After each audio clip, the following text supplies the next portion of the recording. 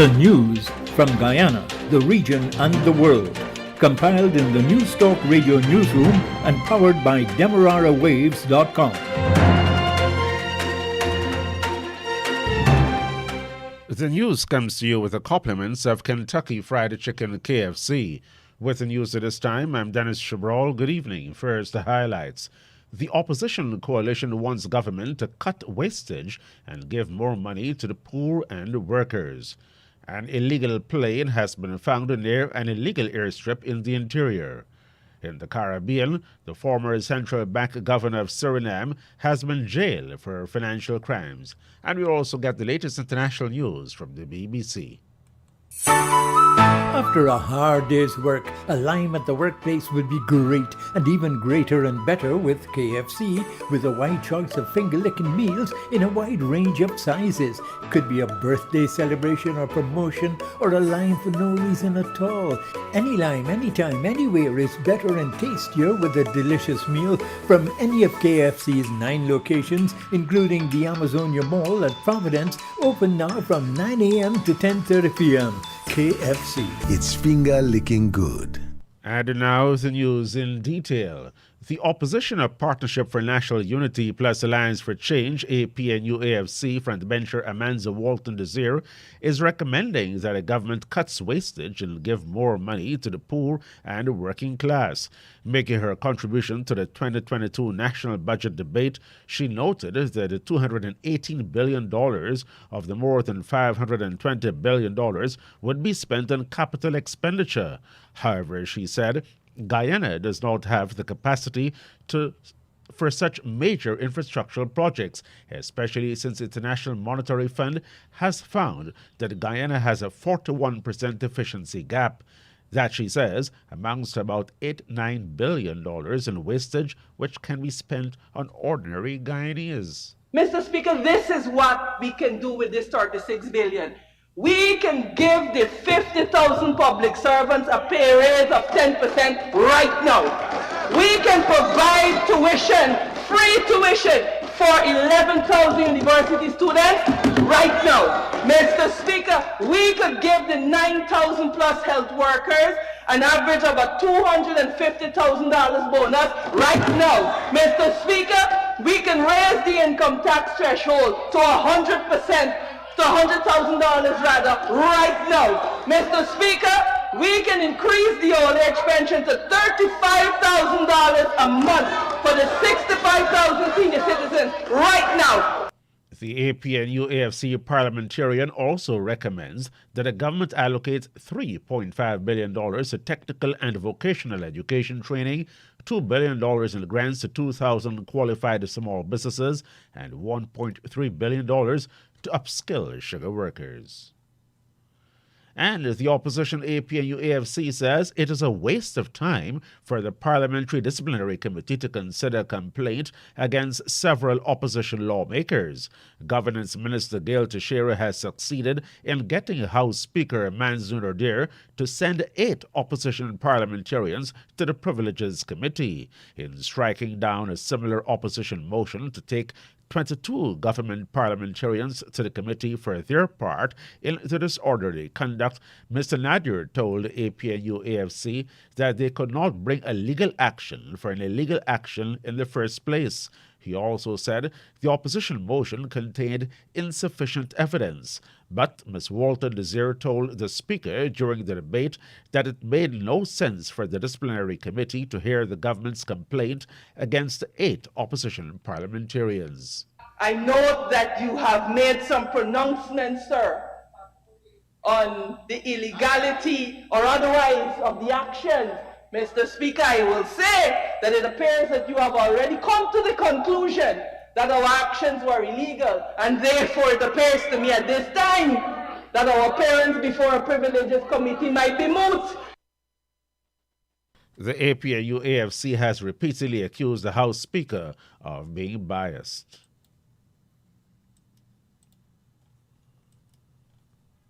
Leader of the Alliance for Change, AFC, Kemraj Ramchadan, wants the government to publish the names of all those who have received flood relief and other cash transfers. Contributing to the 2022 national budget debate, he on Tuesday said that the opposition coalition was not opposed to the government's plan to amend an election law that would compel the Elections Commission to publish the statements of poll on its website. At the same time, he is challenging government to publish the names of persons who have been given flood relief. If you are transparent, why do you not put on the website of the Ministry of Agriculture all those people who got the flood relief and put a name and put an address and put the amounts that they got? That is transparent government. They don't want to do that because corruption has started again. My good friend David Armagon from Region 6 indicated that he's going to call an investigation. I understand the minute he started up, what investigation you must call. And then it's done right there. Yeah, right there done. Similarly, the AFC leader also wants the government to publish the names of those who received the cash grants. He says democracy was not only about winning an election, but also transparency, accountability, and good governance. But Agriculture Minister Zulfikar Mustafa read several thank you letters from farmers' organizations in villages that are considered strongholds of the People's National Congress reform-led a Partnership for National Unity plus Alliance for Change. He's threatening to go back to those communities to tell them that they are being accused of receiving flood relief wrongfully. Mr. Speaker, I have it here again. I will go through each and every one of this letter. You know what? You know why? Because you is accusing people in these communities that they receive flood relief wrongfully. Wrongfully, and I will be going back to these communities to tell them that the PNC and APNU AFC accuses them of receiving false flood relief. I will go and tell them. Agriculture Minister Zulfikar Mustafa. An illegal Cessna plane has been found in a canopy of forest near an illegal airstrip in Kurduni, about 20 kilometers from the Kurupakari crossing. The Home Affairs Ministry strongly suggests that there was no trace of narcotics. Government says that a search was conducted in and around the aircraft, but no illegal substance was found in either the cabin or cargo space. The Home Affairs Ministry also says that nothing was found in the immediate vicinity either. The Guyana Police Force and the Air Corps of the Guyana Defense Force have been called in to probe the circumstances that led to the plane bearing Venezuelan registration marking YV506 being there. Police at the Mabaruma station said they found the Cessna 310 plane on Saturday, January 29. The propeller was removed and placed under the high-speed retractable gear single-engine plane. Authorities say it is suspected that the aircraft is without key documentation, which will make it difficult to track the airframe, engine, and propeller time. According to the preliminary assessment by the lead engineer, the damage to the aircraft is extensive and beyond repair. However, further assessment will be conducted by the Guyana Civil Aviation Authority. Canadian joint ventures CGX Energy and Frontera have decided to drill another oil exploration well in the Quarantine Block. The companies have identified the new well as Way 1 in the northwestern part of the Quarantine Block. The joint ventures anticipate spudding its second well in the second half of 2022. The decision to drill a second well was announced at the same time that the companies said that they found oil in commercial quantities at the Kawa 1 well. The joint venture partners had projected last month that the cost of drilling had been projected to rise as much as $125 million. The Way 1 well is named after one of the tallest peaks in the Pacaraima mountain range, which has commanding visibility over the surrounding terrain. Way Tepu was historically used as a sentinel post by the Patamona people to guard against attacks. Turning to news now from the region, the former governor of the Central Bank of Suriname, Robert Van Tikrit, has been sentenced to 8 years imprisonment. Loop News Caribbean reports that he was convicted on several charges, including money laundering. Justice Maitri Kuldeep Singh says the sentence will begin from the time the former Central Bank governor has been in police custody, dating back to February 2020. This means that he'll spend 6 years in prison on the charges of violating the Anti-Corruption Act, forgery, embezzlement, money laundering, and participation in a criminal enterprise. The prosecution had sought a 10-year sentence. In addition to the prison sentence, the former Surinamese Central Bank governor has been fined almost $24,000 or a further 4 years imprisonment. In Barbados, a proposal has been submitted for the hosting of Kadooment Day festivities as entertainment players seek a swift end to the stringent COVID-19 restrictions, including a midnight to 5 a.m. curfew. Details from Barbados Today. President of the Barbados Association of Masqueraders, Anthony Lane, tells Barbados Today 3 options have been presented to the National Cultural Foundation for the festival. Among them, the hosting of an exclusive safe zone jump-up on the ABC Highway and or at an enclosed venue like the Bushy Park Raceway. But stakeholders are warning that time is quickly running out for final decision to be made on the festival. The one that most likely that it could work is if you have it in an enclosed environment where everybody will have to be tested to enter, right? But as it is today, that's how it's looking. But we are just waiting to see or to hear what is the word, because time is short now, but this is now going into February. So basically we're just waiting to see how things will go, or what is the word from the NCF or government through the NCF or whatever it is. Okay. We're just waiting to hear what's going to happen. Right. Because we need to know like now. Right, because it's kind of late, but we can still make something. If we were given the go ahead now, we can still get something done for August, for the first Monday in August. But we won't want it to run or to have to wait till March or April then to get a go ahead of whether it will happen or not. The stakeholders contend that the hosting of recent events in the country, such as election campaign meetings and cricket, could provide some insight on the way forward. That report from Barbados Today. And in news just coming to hand, 28-year-old Lester Leander, a minor of Lot 337 West Rock Housing Scheme, Westmore, Linden, was today sentenced to 3 years imprisonment. He was found guilty for the offense of setting a fire to a dwelling house when he appeared before Magistrate Wanda Fortune at the Linden Magistrates Court via Zoom. Police say Leander was arrested on the 29th of January and charged on the 1st of February for the offense, which was committed on the dwelling house of Tricia Glenn of Obama Drive, squatting area, South Amelia's Ward, Linden. Police say that incident occurred between the 28th and the 29th of January. Leander was charged and pleaded guilty after the Administration of Justice Act was applied, and the magistrate subsequently handed down the sentence. Back now to news from the Caribbean. We tell you also this hour that Trinidad and Tobago's Prime Minister Dr. Keith Rowley says that corruption is rampant in the public service. We get the details from CNC3. As government pushes to digitize the public service, permanent secretaries, heads of departments and administrators were brought together today for a workshop at the Hyatt Regency Hotel.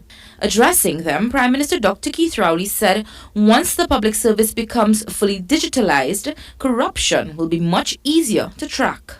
An assault on white-collar criminal conduct, which currently flourishes with impunity, but which will wither if access is digitally controlled and recorded, and information in the form of evidence identifies who did what, where, when, how, and under what authority.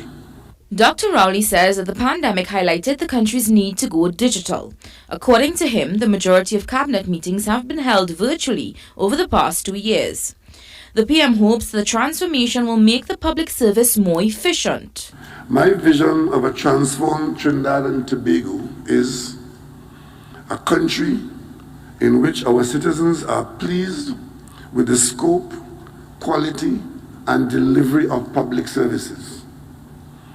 A Trinidad and Tobago in which services are delivered to our citizens at their point of need and in a timely manner. Dr. Rowley says the changes will also benefit public sector employees. He believes government services should not operate in silos. There's a tendency where we each try to do it alone, resulting in overlapping inefficiency, wasted resources, and inevitably increased demands on the Treasury. Until we see ourselves as one service, we will not be able to fully realize the power of collective action to achieve our destiny as a people. Charlene Rampasad, CNC3 News. Banana farmers in St. Lucia are voicing concern about the high cost of operations. They made known their concerns in face-to-face discussions with Agriculture Minister Alfred Prosper. Farmers expressed a variety of concerns, including the high cost of fertilizer and other farm inputs, as well as market access. The minister acknowledged that the current state of the banana industry makes it difficult for farmers to produce high-quality products efficiently. Minister Prosper explained that while it is critical to improve production standards in order to maintain international market penetration, St. Lucians also need to show their support by purchasing and consuming local produce. The Agriculture Minister says he plans to continue meeting with banana farmers throughout St. Lucia to discuss the assistance they require from the government as part of efforts to improve the quality of crops produced on the island. That's news on the regional scene. We now go to the BBC World Service for the latest international news. BBC News, I'm John Shea. In his first public comment since December on the situation in Ukraine, President Putin has said the United States' response to Russia's security concerns ignores three fundamental issues. He said Washington had failed to address Russia's demand that NATO should not expand further eastwards. We do not see a genuine acknowledgement of our three principal demands: preventing NATO's expansion, cancelling weapons deployment near Russian borders, and returning the bloc's military facilities to their positions of 1997, when the groundbreaking Russia-NATO Act was signed. Washington has repeated that it wants to keep the door to diplomacy open, but it's reiterated US commitment to Ukraine's sovereignty and territorial integrity.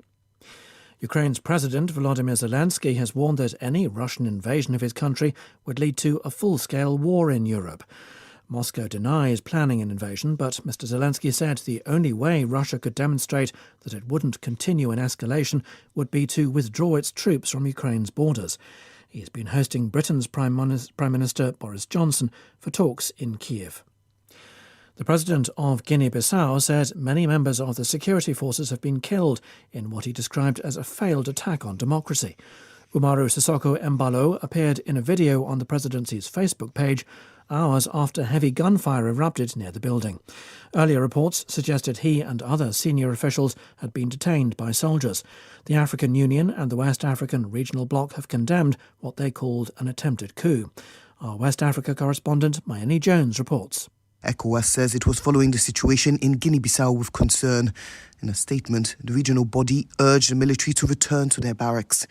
A UN spokesperson said Secretary-General Antonio Guterres was deeply concerned and asked for an immediate end to the violence, as well as for democratic institutions to be respected.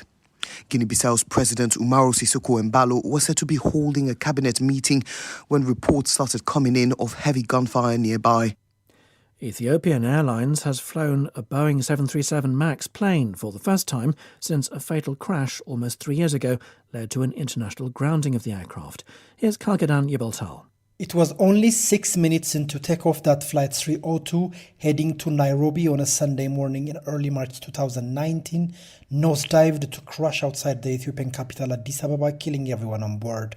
What followed was the global grounding of B-737 MAX planes, costing the American giant plane manufacturer billions.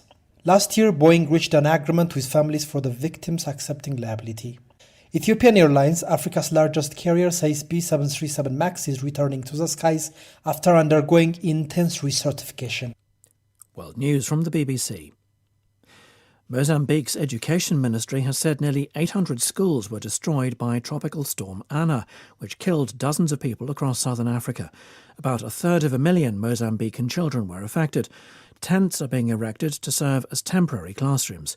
Mozambique's president, Felipe Nyusi, said 20% of the country's children were not in education.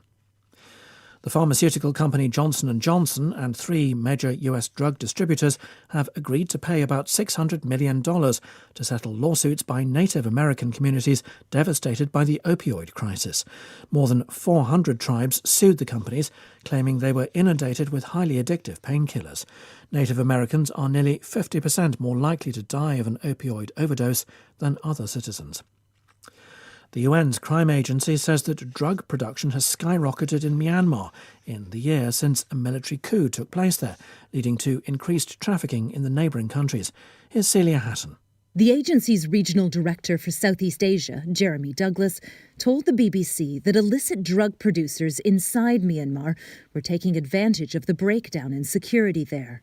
He said that Thailand and Laos experienced a massive surge of methamphetamine supplies coming from Myanmar's Shan state last year. Laos, in particular, is becoming a major drug conduit. 36 million meth tablets were seized in Laos' Bokeo province last week, part of a 700% rise in drug seizures there since Myanmar's coup took place. Public prosecutors in Egypt have ordered the detention of 5 people as part of an investigation into the suspected suicide of a girl who's said to have been blackmailed online. It's the second such case in Egypt in recent weeks in which a young woman has taken her own life after allegedly being threatened with having private or faked photos posted online. And that's the latest BBC News. That's the news to the moment.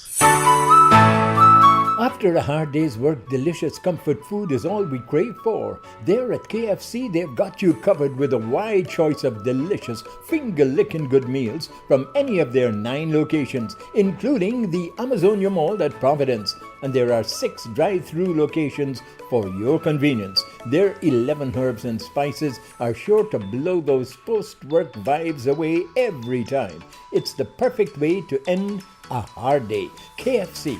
It's finger-licking good. And now for a recap of the highlights. The opposition coalition wants government to cut wastage and give more money to the poor and workers. An illegal plane has been found near an illegal airstrip in the interior.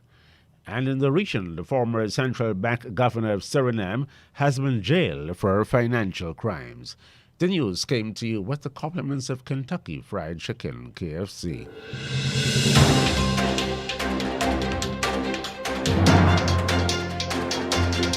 This has been the news, compiled in the News Talk Radio newsroom. For ongoing updates, visit demorarawaves.com, and you can check facebook.com/demwaves and twitter.com/demwaves.